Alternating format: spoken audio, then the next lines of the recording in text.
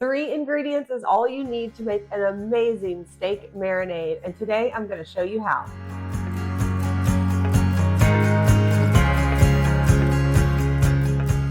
Hi, I'm Carrie with eatingonadime.com, and we're on a mission to help families eat well on a budget. Now, you can take inexpensive steak and make it taste amazing with the right ingredients. And today I'm going to show you how to make a 3-ingredient steak marinade that will make any steak taste delicious. Now, you're going to need the 3 ingredients, but I do want you to go to eatingonadime.com. I have the recipe linked in the description below because it will give you all the tips and tricks on how to make the perfect steak. So how to make it medium rare, well done. We have all the tricks there for you. And so I'll share some of those tricks today, but I want you to make sure you head there and check it out. Also, if you make this recipe, I would love it if you would go to the recipe and actually leave a review. So you can select the stars for the review and leave a comment. That's our #1 way for you to reach out to us and for us to hear how you're loving our recipes. So if you could do that, I would love it. Okay, so let's get started. What you're gonna need is, I have this linked below. It's just an Amazon bag holder. You don't have to use it. It's like a freezer bag holder. So it holds up your gallon-sized bags. You could totally mix this in a bowl. The reason I'm going to show you why I'm doing the bags, but that's because it's easier to swish around to make sure all the steaks get marinated. But you could do a bowl, you can do a container with a lid and shake it. You have lots of options there. Okay, so the first thing we're going to start with is some oil. We need a 1/4 cup of oil. Today I'm doing avocado oil, but you could do vegetable, you could do olive oil. Just a oil is what you need. Then we're going to need soy sauce. Oh, I didn't open it up yet. So for soy sauce, I am using liquid aminos just because I've been trying to eat gluten-free more, and some soy sauce has gluten in it. And so this is a good alternative if you're needing, a gluten-free option. I'm going to show it to you. Liquid aminos, so it's super easy. But what we're going to do is we're going to do a 1/4 cup of that. Pour that in. Now, it doesn't have to be exact. You're just eyeballing it. Then we need balsamic vinegar. So we have our vinegar, we have our oil. Those are the 2 things that you really need for an amazing marinade. Is like a citrus or a vinegar and then an oil. And the balsamic vinegar tastes amazing. Now, you could switch this out. We're going to do 2/3 of a cup for this. Now, you could switch this out. Hold on. I can't talk and measure at the same time. You could switch this out with a different vinegar. You could do apple cider or red wine vinegar would be really good. But I personally can eat balsamic vinegar with a spoon, so I'm obsessed with it. Okay, 3-ingredient marinade done, right? Now I'm just gonna give this, I want you to see it, and give it a little swish around, mix it all up before I add the steaks to it. You don't have to, but I just don't want just balsamic on the steak. I want it to be equally distributed. All right, let me grab my tongs. I forgot them. So now we got some tongs, and we're just going to add our steaks. Now I'm just doing a sirloin steak today, just what I grabbed at my local store. Any kind of steaks will work. Oh, Rosie, my dog just hopped up and tried to eat it. Did you see her? Let me know below if you saw her.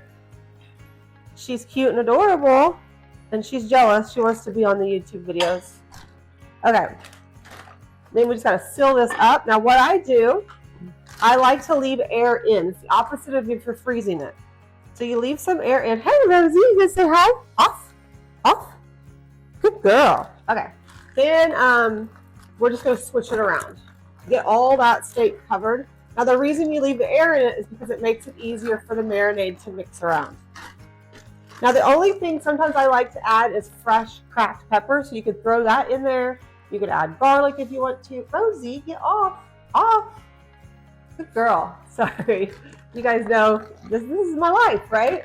But sometimes some fresh cracked pepper, you could throw in garlic, but really you don't really need to add a lot because the balsamic and the soy sauce adds a ton of flavor to your steaks. But I love fresh cracked pepper on steak, so I'll usually put some on it right before I put it on the grill. Okay, so now we're just going to let this marinate. And so when I put it in the fridge, I just kind of take out some of the air so it'll lay flat, reseal it, and flatten it out. That way everything is getting coated in that delicious marinade. Now you have two options here. You can place this in your fridge until you're ready to use it. I suggest marinating overnight. If you can marinate just for like an hour, that's fine, but it'll taste even better if you marinate overnight. Another option is you can place this in the freezer. Now, if you find steaks or pork chops, because this would be delicious on pork chops, on sale, you can throw them in a bag, throw your marinade in there and freeze it. Then all you gotta do is thaw it. While the steak is thawing, it's also marinating. So we're gonna go toss this in the fridge and we'll be back when it's ready to cook. Okay, it's ready. I am ready to grill these. Now you can grill these. You can do them on the oven. You can throw them in, the stovetop. You can throw them in the oven. Either one will work. I'm gonna grill them today, but we give you all the tips and tricks on how to do that on the actual recipe. The one thing I do like to do is I like to set my steak out in the marinade and let it come to room temperature. So anywhere from 15 to 20 minutes, just let it sit on the counter, making sure your cute little Rosie pup doesn't try to eat any, and then they're ready to toss onto the grill. And that will get you the juiciest, most flavorful steaks.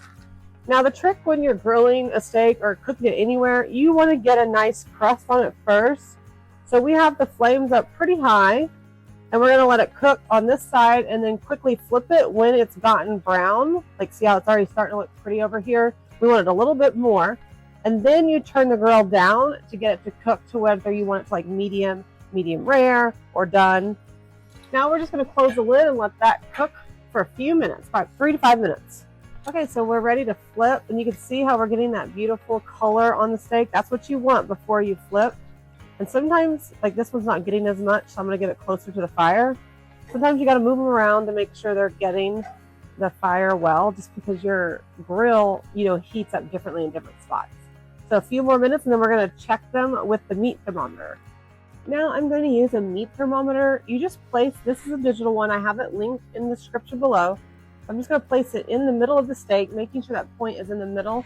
And we're going to watch this. So right now it says 114 degrees.